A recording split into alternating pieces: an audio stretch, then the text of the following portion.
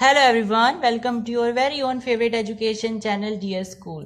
तो आज हम क्लास 10th इकोनॉमिक्स का last chapter that is chapter number 4 globalisation and the Indian economy की शुरुआत करने वाले हैं। तो स्टार्ट करने से पहले आप चैनल को सब्सक्राइब कर दीजिए। Let's start. तो हमारे चैप्टर का नाम है globalisation and the Indian economy, यानी कि यहाँ पे ग्लोबलाइजेशन को इंडियन स्फेयर में देखा जा रहा है, मतलब इंडिया में ग्लोबलाइजेशन कैसा है या इंडिया का ग्लोबलाइजेशन रिलेशनशिप्स कैसे हैं। लेकिन हमें यह समझना पड़ेगा कि ग्लोबलाइजेशन क्या है, तभी हम जाके समझ पाएंगे कि इंडिया का ग्लोबलाइजेशन स्फेयर में कैसा स्पेस है, कैसा प्लेस है। तो अगर हिंदी में इसका वर्ड जो है होता है, क्या होता है, ग्लोबलाइजेशन को वैश्वीकरण कहते हैं। अब इसका मतलब क्या होता है वैश्वीकरण का, तो अगर मैं शॉर्टकट में समझाऊं तो इसका मतलब होता है कि आप विश्व के जितने भी आइडियाज हैं, यानी पूरे वर्ल्ड के जितने भी आइडियाज हैं, उनकी जितनी भी टेक्नोलॉजी है, जितने भी थॉट्स हैं, इन्वेंशंस हैं, उन सब से इंटरेक्शन करो, इंटीग्रेशन करो। ये सब आपका एक तरीके से ग्लोबलाइजेशन है। मतलब कि आपके जितनी भी आपकी नॉलेज है, आपके जितने भी थॉट्स हैं, उसको इंटरकनेक्शन करना सोसाइटी से, और सोसाइटी के जितने भी थॉट्स हैं, इन्वेंशंस हैं, टेक्नोलॉजिकल फैक्टर्स हैं, उन सबको आप अपने आप से इंटरकनेक्शन करना, इंटीग्रेट करना, इसी को आप ग्लोबलाइजेशन बोल देते हो। तो अभी आपको कुछ कुछ समझ में आने लगा होगा कि चैप्टर का जो नाम है globalisation and the Indian economy, ये हमें ये कहना चाहता है कि भारत अपने आइडियाज को शेयर करने में, अपने थॉट्स, इन्वेंशंस, टेक्नोलॉजी को शेयर करने में, इंटरकनेक्ट करने में दुनिया में किस प्लेस पर आता है, यानी कि उसकी क्या स्फेयर है आजकल, उसकी क्या दृष्टि है, और दुनिया भारत को लेकर के कैसी कनेक्टिविटी में है, वो भी आप इस चैप्टर में देखने वाले हो। तो ये तो मैंने आपको शॉर्टकट में बताया। अब मैंने ग्लोबलाइजेशन को समझाने के लिए 3 डेफिनेशन लिखी है। सबसे पहली डेफिनेशन है the process by which business और other organisations develop international influence और start operating on an international scale. अब देखो, ग्लोबलाइजेशन का जो मीनिंग है या उसकी डेफिनेशन है, हम अलग अलग तरीके से दे सकते हैं। जैसे कि ये जो पहली डेफिनेशन है, ये बिजनेस और एंटरप्रेन्योरशिप के बारे में है, मतलब उसकी दृष्टि से हमें लिखी गई है, उसकी रिस्पेक्ट में हमें ये डेफिनेशन दी गई है। ये कहती है कि ग्लोबलाइजेशन एक ऐसा प्रोसेस है जिसमें आप अपने बिजनेस को या अपने संगठन को, ऑर्गेनाइजेशन को इंटरनेशनल लेवल पे डेवलप कर सकते हो, इंटरनेशनल स्केल पर आप उसको ऑपरेट कर सकते हो। यानी कि आपका अगर छोटा मोटा कोई बिजनेस हो तो आप क्या कर सकते हो, उसे और ज्यादा उसकी सेल्स को बढ़ा करके आगे इंटरनेशनली ओवरसीज ट्रेड करके उसका और ज्यादा उसे इंटरनेशनल स्केल पे लेकर के आ सकते हो, उसको चला सकते हो, ऑपरेट कर सकते हो अपने बिजनेस को। तो इस तरीके से बिजनेस की रिस्पेक्ट में ये डेफिनेशन हो सकती है। लेकिन हमारे पास एक ऐसी डेफिनेशन भी होनी चाहिए जो हर एक फील्ड में सही बैठ जाए, सटीक हो। तो इसके लिए मैंने सेकंड डेफिनेशन दी है। ये कहती है an ongoing process that involves interconnected changes in the economic, cultural, social and political spheres of the society. यानी ग्लोबलाइजेशन एक ऐसा प्रोसेस है, ऐसी प्रक्रिया है जिसमें हम अपने इकोनॉमिकली, कल्चरली और सोशली और पॉलिटिकली जितने भी हमारे आइडियाज होते हैं, जितने भी हमारे इंटरकनेक्शंस होते हैं, थॉट्स होते हैं, उन सबको हम शेयर करते हैं। किससे? सोसाइटी से। चाहे वो सोसाइटी वर्ल्ड भी हो सकती है, चाहे आपके आसपास की सोसाइटी भी हो सकती है, कम्युनिटी भी हो सकती है। तो ग्लोबलाइजेशन एक ऐसा प्रोसेस है जिसमें आप अपने कल्चर से जुड़ी हुई चीजें, इकोनॉमी से जुड़ी हुई चीजें, पॉलिटिकली जो जुड़ी हुई चीजें हैं, थॉट्स हो सकते हैं, आइडियाज हो सकते हैं, ठीक है, मेथोडोलॉजीज हो सकती हैं, इन सबको आप शेयर करते हो, इंटरकनेक्ट करते हो सोसाइटी से। ठीक है, आप भी शेयर कर सकते हो या फिर जो दूसरी कंट्री शेयर कर रही है उसमें भी आप इन्वॉल्वमेंट दे सकते हो, इंटरकनेक्शन दे सकते हो। ठीक है, तो इसका मतलब ये नहीं है कि ग्लोबलाइजेशन में केवल टेक्नोलॉजिकली ही डेवलपमेंट होता है। ऐसा भी हो सकता है कि कल्चर का डिस्ट्रीब्यूशन हो जाए, है ना भाई। अगर आप देखोगे कि कनाडा में भी हिंदुइज्म बहुत अच्छे से चलता है, यानी कि बहुत वाइड स्केल में वहां पे कनाडा में हिंदुइज्म को माना जाता है। तो ये क्या है, ये आपका ग्लोबलाइजेशन ही तो है कि वेरियस कंट्रीज में आपका धर्म भी जो है डिस्ट्रीब्यूट हो रहा है, मतलब कि वहां पे भी उसको अपनाया जा रहा है। तो और भी बहुत सारे, रशिया में भी हिंदुइज्म बहुत ज्यादा चल रहा है आजकल। तो यहाँ पे हम ये देख पा रहे हैं कि जो आपका कल्चर है वो भी ग्लोबलाइज्ड हो रहा है, मतलब लोग उसको अपना रहे हैं, वो भी इंटरकनेक्ट होता चला जा रहा है। तो यहाँ पे टेक्नोलॉजी तो शेयर नहीं हुई है, लेकिन यहाँ पे कल्चर शेयर हो गया, कल्चर यहाँ पे इंटरकनेक्ट हो गया। थर्ड डेफिनेशन मैंने दी है, the process of interaction and integration among people, companies and government world wide. Globalization has accelerated since 18th century due to advances in transportation and communication technology. वो कह रहा है कि ग्लोबलाइजेशन एक इंटरकनेक्शन और integration का एक प्रोसेस होता है, मतलब कि लोग आपस में, लोगों के विचार, लोगों की टेक्नोलॉजी, लोगों के कल्चर आपस में मिलते हैं, इंटरकनेक्ट होते हैं और साथ में इंटीग्रेट भी होते हैं। अब इंटीग्रेशन होने का मतलब यहाँ पे क्या होता है, मान लीजिए आपको मैं एग्जांपल दूं एक, जैसे आपके पास इंस्टाग्राम होता है, आप सब लोग इंस्टाग्राम चलाते होंगे। अब इसमें क्या होता है, आप दुनिया की किसी भी फेमस पर्सनालिटी को उस इंस्टाग्राम पे सर्च करके उसे देख सकते हो, उसे फॉलो कर सकते हो। ठीक है, मान लीजिए आपने विराट कोहली को सर्च किया, आपने उसको फॉलो कर लिया। ठीक है, आप कहीं और के रहने वाले भी हो, चाहे भारत के भी रहने वाले हो, तो आपने इस तरीके से क्या किया, आपने जस्ट प्ले स्टोर से डाउनलोड किया इंस्टाग्राम और फिर जाकर के आपने अपनी जो फेवरेट सेलिब्रिटीज हैं, पर्सनालिटीज हैं, उन सबको आपने फॉलो करना शुरू कर दिया। तो ये क्या है, ये इंटीग्रेशन है, मतलब आप बिल्कुल एक छोटी चीज से बहुत बड़ी स्केल में आप क्या कर रहे हो, इंटरकनेक्शन कर रहे हो। ठीक है, अब कल को विराट कोहली का कोई पोस्ट डालेंगे, कोई अनाउंसमेंट करेंगे, तो आप सबको एकदम से पता चल जाएगा। तो ये क्या है, ये एकदम से वाइड स्केल में होता है। तो अगर आप बिल्कुल छोटा सा स्टेप करके बहुत वाइड स्केल में अगर आप उसका इफेक्ट देखना चाहते हो तो उसको इंटीग्रेशन कहते हैं। तो यहाँ पे वही है, यानी ग्लोबलाइजेशन इंटीग्रेशन का और इंटरेक्शन का एक प्रोसेस है। अब ये प्रोसेस लोगों के बीच में भी हो सकता है, कंपनीज के बीच में भी हो सकता है और गवर्नमेंट के बीच में भी हो सकता है। ठीक है, अब ग्लोबलाइजेशन जो है वो एक अनगोइंग प्रोसेस है, मैंने सेकंड डेफिनेशन में लिखा है। अनगोइंग प्रोसेस का मतलब होता है जिसका ये ना पता हो ये शुरू कब हुआ है, यानी लगातार ये चलता जा रहा है, पता नहीं कब शुरू हुआ था, लगातार ये चलता जा रहा है, लेकिन इसने रफ्तार कब पकड़ी, यानी कि तेजी से कब होने लगा, जब टेक्नोलॉजी आई, मतलब जब ट्रांसपोर्टेशन होना स्टार्ट हुआ, कम्युनिकेशन टेक्नोलॉजी बढ़ने लगी। भाई पहले भी ग्लोबलाइजेशन होता ही था, आपने हिस्ट्री में आपका एक लेसन है उसमें आपने पढ़ा होगा, तो पहले भी ग्लोबलाइजेशन होता ही था हिस्ट्री में, लेकिन जैसे टेक्नोलॉजी बढ़ने लगी, ट्रांसपोर्टेशन आने लगा, तो ग्लोबलाइजेशन ने रफ्तार पकड़ ली, एकदम से बढ़ने लगा। और ऐसा कब से होना स्टार्ट हुआ था, 18th सेंचुरी से होना स्टार्ट हुआ था। क्योंकि ट्रांसपोर्टेशन से क्या होता है, आप बहुत जल्दी किसी दूसरी कंट्री में जाकर के आपने जो भी इन्वेंशन किया है उसको आप प्रमोट कर सकते हो, है ना, एडवर्टाइज कर सकते हो, फिर लोग उसको अपनाने लगेंगे, आपकी टेक्नोलॉजी बहुत जल्दी पूरे विश्व में शेयर हो जाएगी, इंटरकनेक्ट हो जाएगी, है ना। इस तरीके से आप कम्युनिकेशन टेक्नोलॉजी से भी कर सकते हो, आपने सोशल मीडिया पे उसका डाल दिया तो वो कम्युनिकेशन टेक्नोलॉजी हो गई, आपकी जो टेक्नोलॉजी थी वो सबने देख ली फिर सोशल मीडिया पे, तो इस तरीके से आपने उसको इंटीग्रेट कर दिया अपनी टेक्नोलॉजी को। ठीक है, आप देखो इंटीग्रेट और इंटरकनेक्शन में मैंने आपको यहाँ पे डिफरेंस बताया है अभी।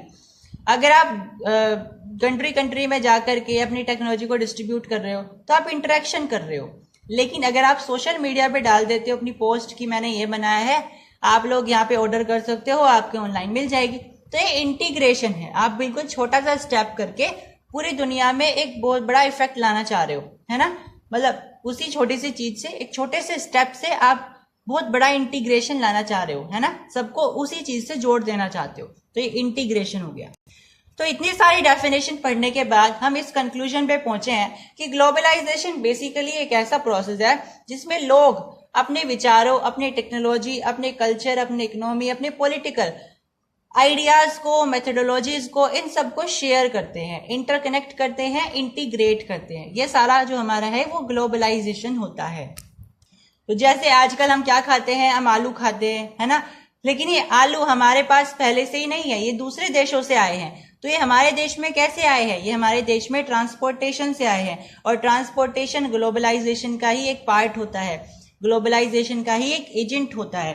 तो अब आज हम जो आलू खा रहे हैं, फ्रेंच फ्राइज बना करके, पकोड़े बना करके, पकौड़ियाँ बना करके, आलू के पराठे बना करके, तो ये सारा हम ग्लोबलाइजेशन की वजह से ही तो कर पा रहे हैं। तो ग्लोबलाइजेशन हमारे लिए बहुत अच्छा भी होता है, और इस चैप्टर में हम देखेंगे बहुत बुरा भी होता है। कुछ तरीके होते हैं, मतलब कुछ साइड्स होते हैं इसके, डार्क साइड्स, जिसमें ग्लोबलाइजेशन बहुत बुरा भी इफेक्ट करता है। तो इसमें हम इसकी डिसएडवांटेजेस और एडवांटेजेस दोनों देखने वाले हैं। अब ग्लोबलाइजेशन को फैलाने का काम कौन करता है? जैसे कि आप आजकल देखते हो, अगर भारत में भी चंद्रयान-3 लॉन्च हुआ है तो पूरी दुनिया को पता चल गया उसके बारे में। तो ये जो आइडिया था, ये जो थॉट था चंद्रयान-3 का, ये सारी जगह पे पता चल गया, पूरी दुनिया में पता चल गया है। तो ये किस तरीके से हुआ है? आप कहोगे टेक्नोलॉजी, बिल्कुल सही, ये टेक्नोलॉजी की वजह से हुआ है, क्योंकि आजकल सोशल मीडिया है, सोशल मीडिया पे हर चीज बहुत तेजी से फैल जाती है। लेकिन क्या सिर्फ टेक्नोलॉजी ही ऐसी चीज है जिसकी वजह से ग्लोबलाइजेशन अफेक्ट होता है? नहीं, ऐसे बहुत सारे होते हैं। कंसाइसली मैंने आज यहाँ पे 4 लिखे हैं। तो बेसिकली मैं आपको बता दूं, जो चीजें ग्लोबलाइजेशन को इन्फ्लुएंस करती हैं, जिसकी वजह से ग्लोबलाइजेशन होता है, उसको आप ग्लोबलाइजेशन के एजेंट्स बोलते हो। तो बेसिकली कंसाइसली आपके पास 4 एजेंट्स होते हैं ग्लोबलाइजेशन के। सबसे पहला है एमएनसीज, अभी इसके बारे में हम डिटेल में पढ़ने वाले हैं। दूसरा है लिबरलाइजेशन, तीसरा है फॉरेन ट्रेड, और चौथा है टेक्नोलॉजी, जिसके बारे में आपको बहुत कुछ पता भी है। तो चलिए इन एजेंट्स के बारे में डिटेल में पढ़ते हैं। सबसे पहला एजेंट है हमारे पास एमएनसीज। अब एमएनसीज क्या होती है? एमएनसीज, ये जो वर्ड है एमएनसीज, ये एब्रिविएशन जो है, इसकी फुल फॉर्म होती है मल्टीनेशनल कॉरपोरेशन या फिर मल्टीनेशनल कंपनी। अब नाम से आप पता कर सकते हो मल्टीनेशनल कंपनी का मतलब क्या है। वो कंपनी जो एक से ज्यादा नेशन यानी कंट्रीज में ऑपरेट करती हो, मतलब कि एक ऐसी कंपनी जो बहुत सारे देश में जिसके सेंटर्स हो, बहुत सारे देश में जिसका प्रोडक्शन चलता हो और उसकी खुद की ऑपरेशन होती हो वहां पे। ठीक है, जैसे कि आप सब देख सकते हो गूगल एक कंपनी है। अब गूगल बहुत सारे ऑलमोस्ट सारी कंट्रीज में ऑपरेट करती है। ठीक है, कुछ ही कंट्रीज होंगी जिसमें गूगल ऑपरेट नहीं करती है। तो गूगल इंडिया में भी, पाकिस्तान, हर जगह गूगल की जो कंपनी है वो ऑपरेट करती है ना। तो गूगल क्या होगी? एक मल्टीनेशनल कंपनी हो गई। तो ऐसी कंपनी जो एक से ज्यादा कंट्रीज में ऑपरेट करती है अपना प्रोडक्शन, ऐसी कंपनीज को हम मल्टीनेशनल कंपनीज या फिर मल्टीनेशनल कॉर्पोरेशन बोल देते हैं। अब देखो, कंपनीज ऐसा इसलिए क्यों हैं कि अलग अलग कंट्रीज में जाकर के अपना प्रोडक्शन सेटअप करेंगे, है ना। तो वो अपने आप को अपना फायदा करने के लिए करती है। जैसे कि अगर उसे अपना प्रोडक्शन करना है, मान लीजिए उसे अपने इंडस्ट्रियल इक्विपमेंट्स बनाने हैं, इंडस्ट्री में यूज होने वाले जो मशीनरीज होती हैं वो बनानी है, तो यूएस में जाकर के वो रिसर्च सेंटर में बैठ करके एमएनसीज क्या करेंगी, वहां पे उनका डिजाइन तैयार कर लेंगी। ठीक है, क्योंकि वहां पे इस तरीके की टेक्नोलॉजीज अवेलेबल हैं। फिर अगर उसे प्रोडक्शन करना है तो प्रोडक्शन के लिए जो सस्ती जमीन मिलती है वो चाइना में मिलती है। मैन्युफैक्चर के लिए सबसे सस्ती जमीन कहाँ मिल जाती है? चाइना मिल जाती है। तो मैन्युफैक्चर करने के लिए वो चाइना में ऑपरेट करेगी। फिर अगर उसे जो मैन्युफैक्चर हो चुका है उसका प्रोडक्ट, अगर उसे दूर दूर तक भेजना है तो वो ऐसी जगह जाएगी जिस देश की जो मार्केट है वो ओवरसीज ट्रेड करती हो, मतलब उसकी जो मार्केट है वो दुनिया भर में सेल करती हो। तो ऐसी जगह कहाँ पे है? मैक्सिको में है या ईस्टर्न यूरोप में है, तो वो वहां पे जाएगी अपनी सेल करने के लिए। अब अगर उसे कस्टमर केयर मतलब करनी है, मतलब कस्टमर की तरफ से कैसी रिएक्शंस आ रही हैं, क्या उनका रिएक्शंस हैं, उनका क्या अप्रोच है, तो इसके लिए वो इंडिया में जाएंगी, क्योंकि इंडिया में बहुत सारे कॉल सेंटर्स हैं और इंडिया का जो यूथ है वो इंग्लिश स्पीकिंग में बहुत अच्छा है। तो यहाँ पे वो इंडिया पे जाएगी क्योंकि वहाँ पे कॉल सेंटर्स होते हैं जो कि कस्टमर केयर करते हैं। तो अगर उसे कस्टमर केयर यानी कस्टमर की तरफ से जो उनका अप्रोच आ रहा है, उनके प्रोडक्ट को लेकर के रिएक्शंस आ रही है वो सारी, और जो भी प्रॉब्लम्स आ रही है उन सबको मैनेज करने का जो काम है वो इंडिया में होकर जा करके वो करेंगे, क्योंकि इंडिया में जो है कॉल सेंटर्स अवेलेबल हैं और कस्टमर केयर सेंटर्स अवेलेबल हैं। तो इस तरीके से हमें इस एग्जांपल से समझ में आया कि अलग अलग कंट्रीज की अलग अलग खासियत होती है। अब एमएनसीज क्या करती है? इन्हीं खासियत का फायदा उठाती है और अलग अलग कंट्रीज में जाकर के अलग अलग काम ऑपरेट करती है। कुल मिलाकर के एक कंपनी अलग अलग कंट्रीज में जाकर के अपना ऑपरेशन कर रही है, अपने आप ऑपरेट कर रही है। अब ये जो सारी चीजें होती हैं, जैसे मैक्सिको में बहुत अच्छी मार्केट मिल जाएगी, यूएस में बहुत ज्यादा अच्छा रिसर्च सेंटर्स मिल जाएंगे, और चाइना में बहुत अच्छा मैन्युफैक्चरिंग लैंड मिल जाएगा सस्ते में, और इंडिया में टेक्निकल इंजीनियर्स मिल जाएंगे, इंग्लिश स्पीकिंग यूथ मिल जाएंगे और कॉल सेंटर सर्विसेज मिल जाएंगी। तो ये जो सारे फैक्टर्स होते हैं एमएनसीज को कहीं ना कहीं प्रोडक्शन में मदद करते हैं, मतलब प्रोडक्शन उनका सस्ता हो जाता है ऐसे करने से। और इतना बढ़िया उनका काम हो जाता है कि अगर वो ऐसा ना करे तो उनका लगभग 50-60% कॉस्ट ज़्यादा लगेगा। यानी कि अगर वो इन सारे फैक्टर्स पे काम कर रहे हैं कि अलग अलग कंट्रीज में जाकर के अलग अलग जो उनके फैक्टर्स हैं उनके ऊपर उनको इन्फ्लुएंस करके काम कर रहे हैं, तो उनके 50-60% जो कॉस्ट है वो बच जाती है। ठीक है, तो अगर वो हर एक चीज अपने एक ही कंट्री में जा बैठ करके करेंगे तो हो सकता है उनकी और ज्यादा प्रोडक्शन कॉस्ट बढ़ जाए। लेकिन अगर वही वो काम अलग अलग कंट्रीज में जाकर के अकॉर्डिंग उनके फैक्टर्स क्या क्या हैं, जैसे चाइना का लैंड सस्ता है, यूएस का जो है रिसर्च सेंटर अच्छा है, मैक्सिको का मार्केट अच्छा है, तो अगर उसके हिसाब से काम करेंगे तो उनका 50-60% का जो प्रोडक्शन कॉस्ट होता है वो घट जाता है, यानी उन्हें बचत होती है एक तरीके से। अब एमएनसीज क्या देख करके प्रोडक्शन सेट करता है कि मुझे इस कंट्री में जाकर के प्रोडक्शन सेट करना है अपना, तो वो भी ऐसे नहीं करता कि कहीं पे जाकर के मैं अपना प्रोडक्शन सेट कर लूं। वो कुछ फैक्टर्स पे काम करता है। वो क्या क्या फैक्टर्स होते हैं? सबसे पहला होता है जो भी कंट्री हो या फिर जो उन्होंने जगह खरीदी है, जो भी स्टेट खरीदा है, राज्य, जिस भी राज्य तो नहीं खरीद सकते, मतलब जिस भी राज्य में जाकर के उन्होंने लैंड खरीदा है, वो जो जगह है, वो स्थान है, वो स्थान मार्केट से क्लोज होना चाहिए, यानी कि मार्केट से नजदीक होना चाहिए, क्योंकि ताकि वो जल्दी जल्दी से बाजार में जाकर के अपना सामान बेच पाए और ट्रांसपोर्टेशन का खर्चा कम से कम हो। क्योंकि मार्केट यानी बाजार जितना ज्यादा दूर होगा उतना ही उन्हें टाइम लगेगा उसको ट्रांसफर करने में वहां तक, है ना। तो मार्केट जितना नजदीक होगा वो उतना बढ़िया रहेगा उनके लिए। ट्रांसपोर्टेशन में टाइम भी नहीं लगेगा, और टाइम नहीं लगेगा तो ट्रांसपोर्टेशन का खर्चा भी कम होगा। ठीक है, क्योंकि जितना ज्यादा मार्केट दूर होगा उतना ही ज्यादा फिर आपको पेट्रोल डलवाना पड़ेगा अपने ट्रक्स में, है ना, आपको सामान अगर वहां पे ले जाना है। तो इसी तरीके से अगर आपको अपनी प्रोडक्शन सेट करना है, एमएनसीज क्या करती है, ऐसी जगह ढूंढती है जो मार्केट से क्लोज हो, मार्केट के आसपास ही हो, ताकि ट्रांसपोर्टेशन का खर्चा बच जाए। दूसरा, skilled and unskilled labour at low cost, यानी कि जो उन्हें मजदूरी चाहिए लोगों की वो सस्ते में मिल जाए। अब मजदूरी कैसी हो सकती है? स्किल्ड भी हो सकती है, अनस्किल्ड भी हो सकती है। स्किल्ड मतलब मान लीजिए कोई टेक्निकल कंपनी है तो उसे कंप्यूटर चलाने वाले लोग चाहिए जिन्हें आईटी की इंफॉर्मेशन हो, है ना। अनस्किल्ड का मतलब होता है जैसे आपके स्कूल्स में होता है, टीचर्स होते हैं वो हो गए स्किल्ड। अब कुछ लोग होते हैं, कुछ नॉन टीचिंग स्टाफ जिसको बोलते हैं, जो स्वीपिंग का काम करते हैं, जो पानी पिलाने का काम करते हैं, है ना, वो भी काम कर रहे हैं, तो उनको किस में गिना जाता है? अनस्किल्ड में गिना जाता है। हालांकि कोई काम छोटा नहीं होता है, लेकिन उनको अनस्किल्ड में गिना जाता है। ऐसे ही कोई कंपनी क्या करती है, दो तरीके के लोगों को, लेबर्स को हायर करती है।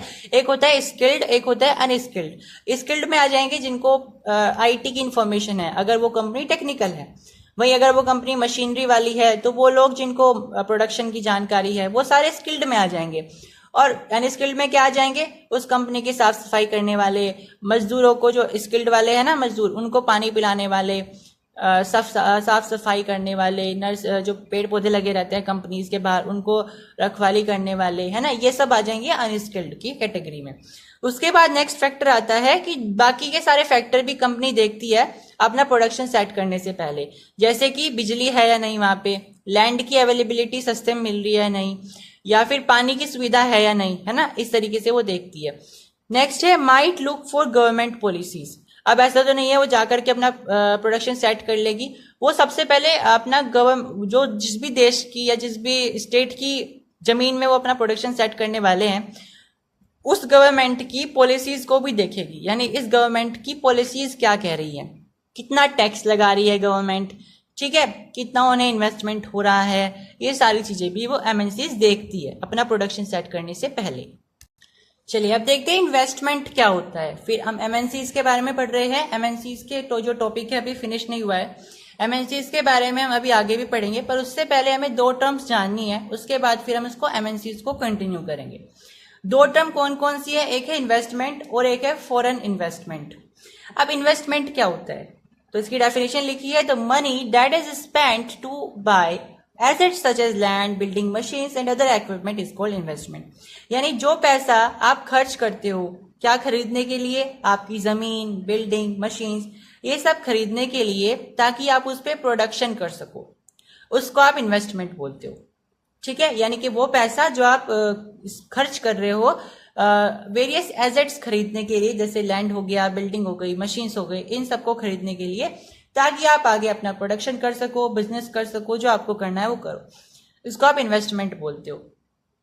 अब अगर यही इन्वेस्टमेंट एमएनसीज करे तो इसको हम फॉरेन इन्वेस्टमेंट बोल देते हैं। सिंपल। अब समझते हैं यहाँ पे आगे हम यहाँ पे क्या बताया गया है। यहाँ पे लिखा है most common route for MNCs investment is to buy up local companies and then expand production.